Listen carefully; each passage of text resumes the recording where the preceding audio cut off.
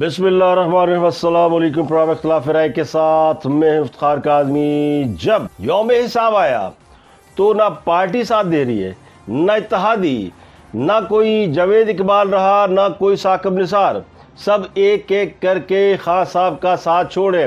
تو کہنے والے کہتے ہیں غرور تکبر کا انجام ہمیشہ برا ہوتا ہے۔ تو خان صاحب کی بھرپور کوششوں کے باوجود نیوٹرل کا جانبدار اور متنازع بننے سے انکار اور ماضی کی طرح عمران کے سر پر ہاتھ رکھنے سے انکار کر دیا۔ یعنی پرویز خٹک صاحب جو پیغام لے کر گئے تھے، میرے پچھلے ویلاگ میں آپ کو بتایا تھا کہ ہم حکومتی عہدیدار نے ایک طاقتور شخصیت سے رابطہ کیا اور اس سے کہا ہے کہ معاملات کو افہام و تفہیم سے حل کرا دیں، اپوزیشن کے ساتھ مذاکرات کرا دیں، قومی حکومت بنتی ہے تو ہمیں شامل کرا لیں، لیکن اس عام شخصیت نے مدد سے کر دیا ہے انکار۔ یہ ہوگی پہلی بات۔ اور دوسری بات یہ کہ پی ٹی آئی کے باغی اراکین جو ہے وہ ان میں سے کچھ منظر عام پر آگے ہیں اور ان کی تعداد 25 بتائی جاتی ہے۔ ساری بات میں ہی منظر عام پر لے کر آیا ہوں، ویسے آپ بھول رہے ہیں کہ سندھ ہاؤس میں نیکی کا کام تو نہیں کر رہے ہو، کوئی برا کام تو تم سے ہی کوئی لوگ کرے ظالم۔ اب مجھے بھی تو میرے جبکہ کہنے والے یہ کہتے ہیں کہ خان صاحب کو ایک فہرست مہیا کی گئی ہے حکومت کے اراکین اسمبلی کی جو اپوزیشن کو ووٹ دے سکتے ہیں، ان کی تعداد 33 ہے۔ تو خان صاحب کے پسینے چھوٹ گئے ہیں کہ ہون کی کریے۔ وہ جو صلح کراؤ مشن تھا یا گوڈے گڈے پکڑنے کا مشن تھا جس میں معافی تلافی اور جان بچاؤ مہم تھی، پرویز خٹک صاحب کی، وہ ہو گئی ناکام۔ تو پھر اچانک شیر رشید صاحب آئے ہیں میدان کے اندر اور وہ ہو گئے ہیں اپنی، وہ کہتے ہیں نا دم دیکھ لوگے، وہ ایک دم کھڑے ہو گئے کہ جناب سندھ میں گورنر راج لگا دو۔ کیوں لگا دو؟ اس لیے کہ جو باغی اراکین منظر عام پر آئے ہیں وہ سندھ ہاؤس میں پائے گئے ہیں جو کہ سندھ حکومت کی ملکیت ہے۔ تو یہ بغاوت ہے، یہ پتہ نہیں کیا ہے۔ اور شیر رشید صاحب نے مطالبہ کیا ہے اور اس مطالبے کے بعد انہوں نے باقاعدہ اس کی سمری تیار کرنا شروع کر دیا ہے کہ سندھ میں گورنر راج لگے گا۔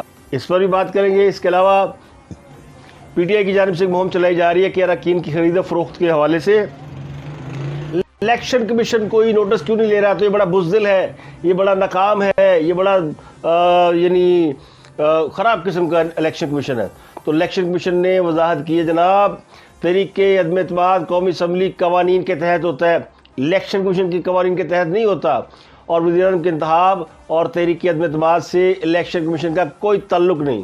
تو چلے یہاں بھی ہو گئی چھٹی۔ اس کے علاوہ آپ کو اور خبر دیتے ہیں کہ سندھ ہاؤس میں جو باغی اراکین موجود ہیں، یعنی حکومت کے باغی اراکین، ان کے لیے سندھ سے اسپیشل کمانڈوز بلائے گئے ہیں اور ایس ایس یو کے تقریباً 228 لوگ سندھ ہاؤس کی حفاظت کر رہے ہیں، اور حکومت کی کوشش ہے کہ سندھ ہاؤس کے اوپر کسی وقت جو ہے کوئی ایسا راستہ تلاش کیا جائے یا اس کے اوپر اٹیک کیا جائے اور وہاں سے اراکین اسمبلی کو واگزار کرایا جائے۔ تو اچانک مولانا فضل الرحمان بیچ میں آئے ہیں اور انہوں نے کہا کہ ہمیں 192 ووٹوں سے لے کر 195 ووٹ پڑ سکتے ہیں۔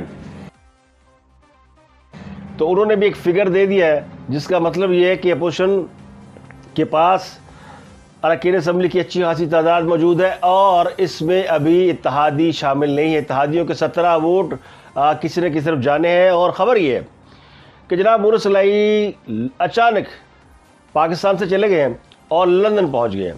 پاکستان سے وہ کیوں گئے اور لندن جا کر وہ کیا کرنے والے ہیں تو اس کا اندازہ آپ لگا سکتے ہیں، لیکن میں بھی اس کے اوپر آپ کو خبر دوں گا، تجزیہ دوں گا کہ وہ کیوں گئے۔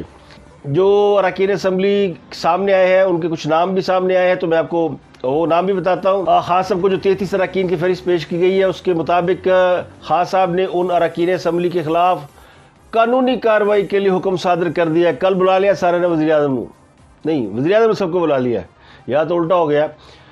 تو وزیر اعظم نے کل سب وزراء کو بلا لیا ہے جو تھوڑے بہت رہ گئے ہیں، ان کو بلایا ہے اور بلا کے کل خان صاحب اپنی جو ہے نا وہ کہتے ہیں نا اپنی اننگز کو حتمی شکل دیں گے کہ ہن کرنا کی ہے۔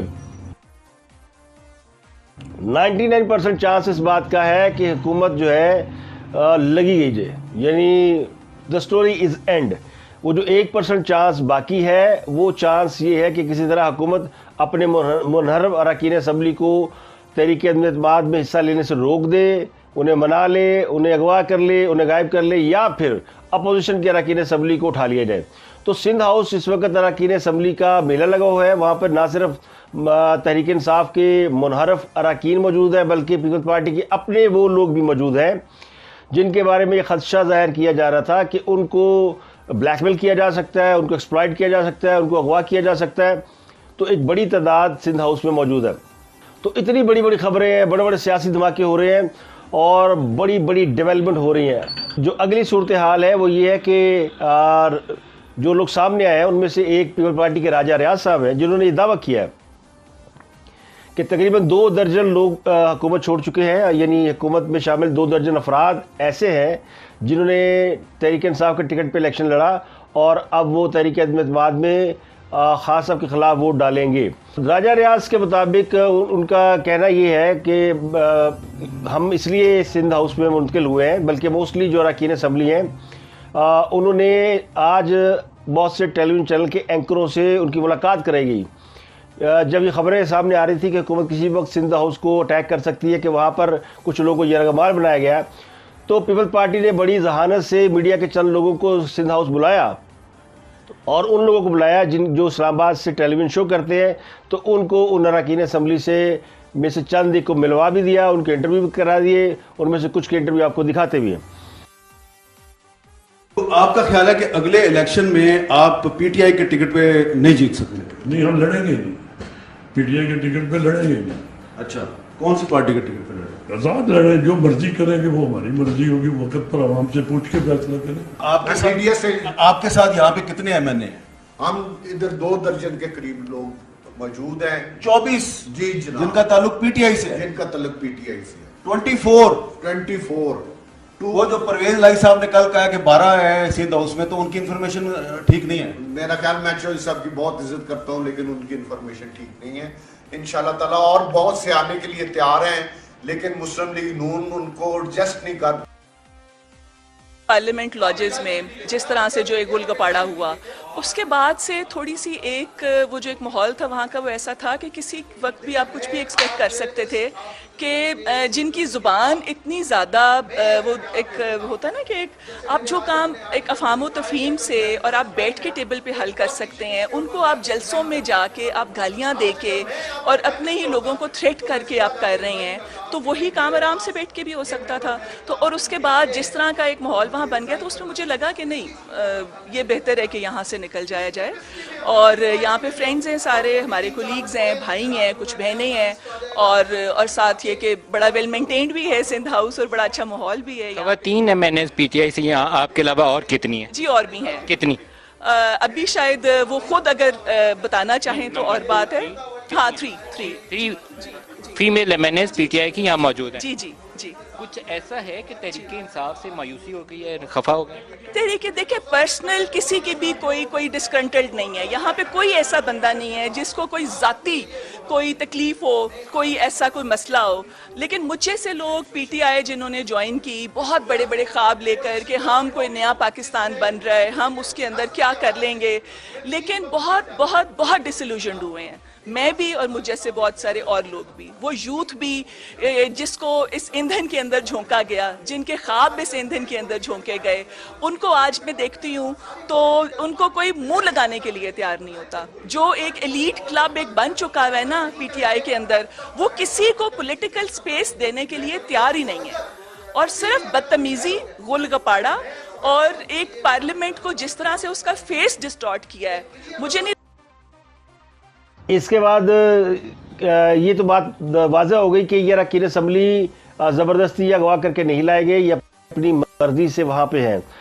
اب اس کے بعد خان صاحب کیا کریں گے؟ اب خان صاحب کے پاس کرنے کو باقی کیا رہ گیا؟ تو خان صاحب کو کوئی مشورہ دے رہا ہے کہ وہ جو آخری شاٹ ہے وہ کھیل لیں. اب آخری شاٹ کیا ہے؟ استعفیٰ دے دیں. پاؤں پڑھ کے دیکھ لیا, اب گریبان پڑ جائیں. اپنی حکومت جا رہی ہے تو سندھ حکومت کو کھا جائیں.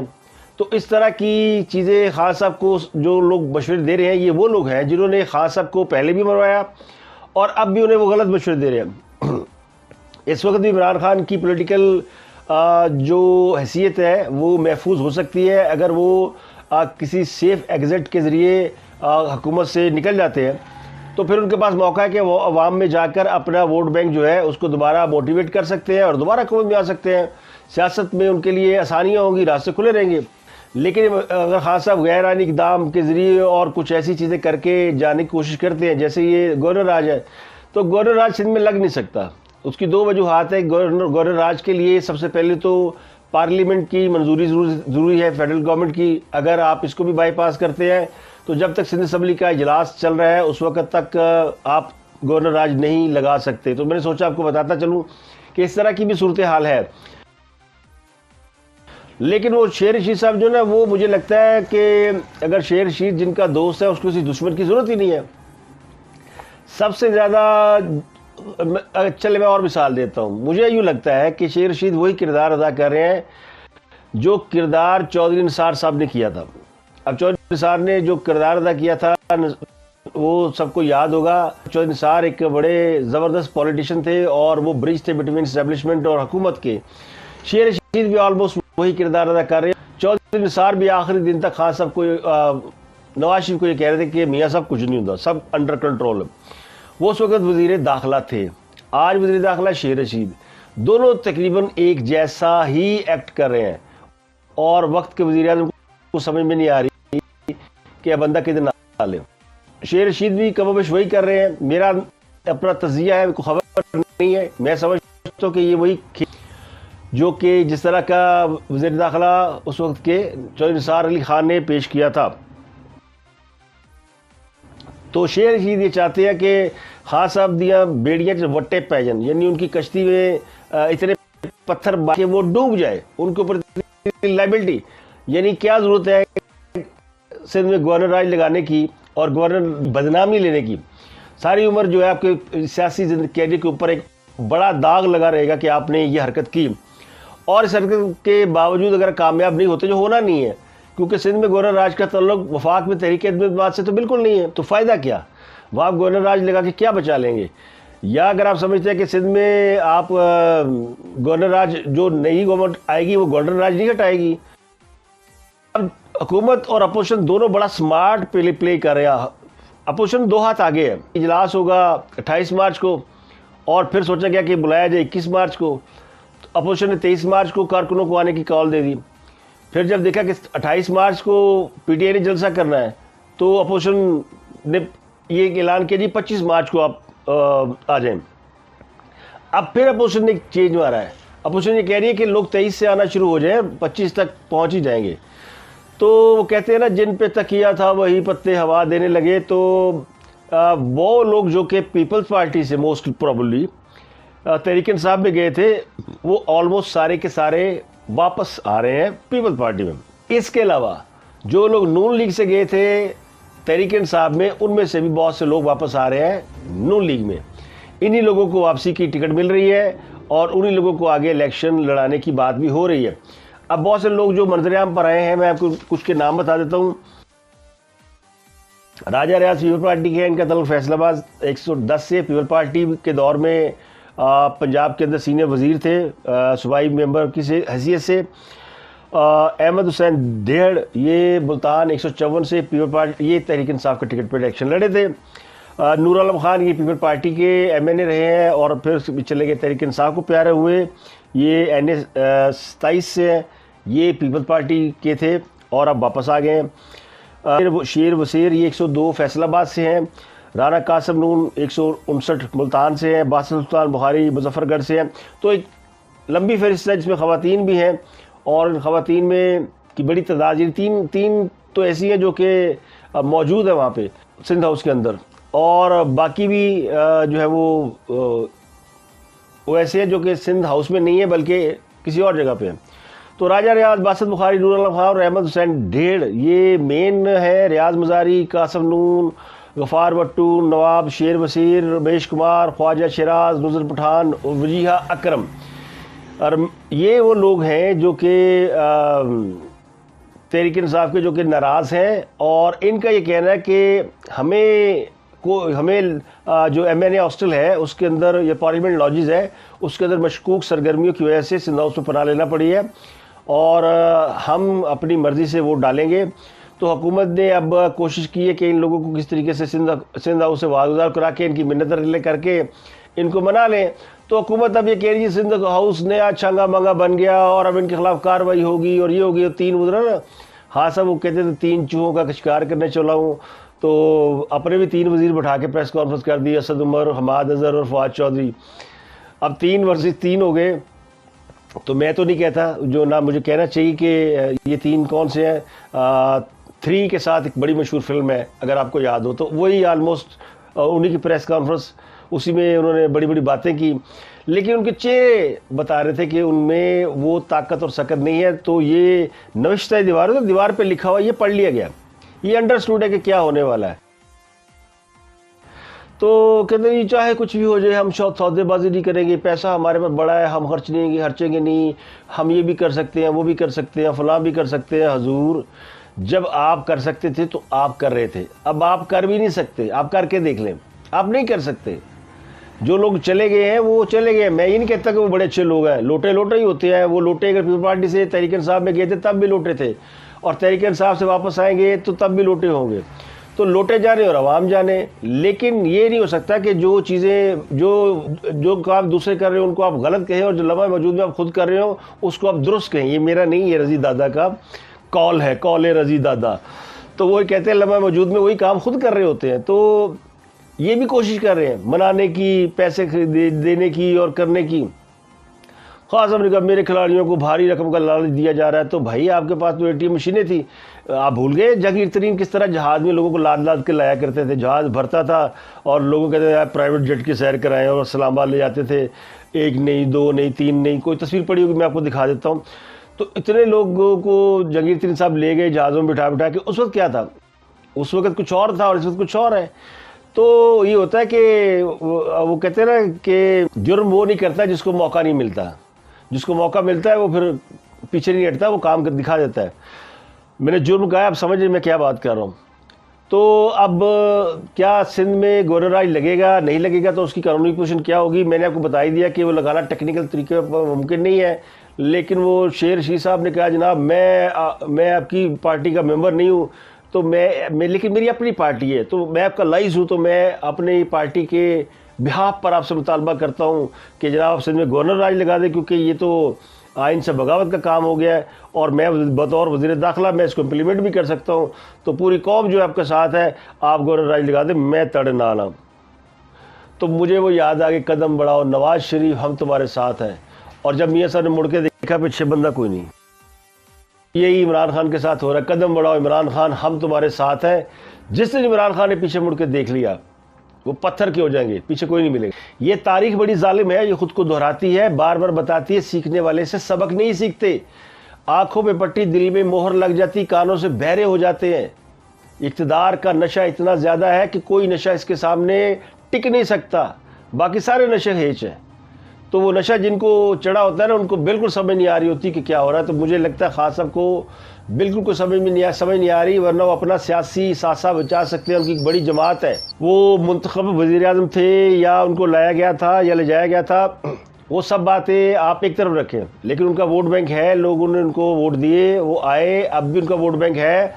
ایک طبقہ جو کہ پاکستان میں تبدیلی کا خواہش مند ہے, وہ ان سے امیدیں لگائے بیٹھا ہے. تو ان کو اپنے ساتھ رکھ سکتے ہیں, بجائے اس کے کہ وہ کہتے ہیں نا جس دھج سے گیا کوئی مقتل کو گیا, وہ شان سلامت رہتی ہے. پھر جس طریقے سے آپ ایگزٹ لیتے ہیں, جس طریقے سے آپ وداعی لیتے ہیں, جس طریقے سے آپ جاتے ہیں, چاہے آپ جان دینے جائیں, وہ جو انداز ہوتا ہے وہ لوگوں کو یاد رہ جاتا ہے کہ یار یہ تو بڑا. یہ نواز شریف بھی یہ کر سکتے تھے نا, جب کورٹ سے نکالا گیا MHBT روڈ سے پیدل آ گئے, وہ سارے سب کو بلاتے اسلام آباد, اور پورا اسلام آباد بلاک کر دیتے. وہ کہتے میں ملین لوگوں کو بلا رہا ہوں, میں نہیں چھوڑا اقتدار. بھائی آپ کر لیں جو کرنا, حکومت تو ان کی تھی نا, حکومت تو کسی اور کی نہیں تھی. تو انہوں نے اپنی بعد اپنی پارٹی کے ایک بندے کو وزیر اعظم بنایا, تو خود وہ اگر ان کو ہٹا دیا تھا تو وہ اڑ جاتے. کیا ہوتا یہ کہ آج ان کا کوئی نام لیوا نہ ہو. تو جو کام نواز شریف نے کیا, آج وہ عزت کے ساتھ ان کی واپسی ہو رہی ہے, اور شاید پہلے سے زیادہ وہ طاقتور ہو کر سامنے آئیں گے. وہ اگر حکومت بنائیں یا نہ بنائیں, لیکن نواز شریف اس ملک کا اس وقت سب سے بڑا سیاستدان ہے, اور اس کا نام تاریخ میں درج ہو چکا ہے. یہ کسی کو اچھا لگے یا کسی کو برا لگے, نواز شریف کی جو یعنی کوئی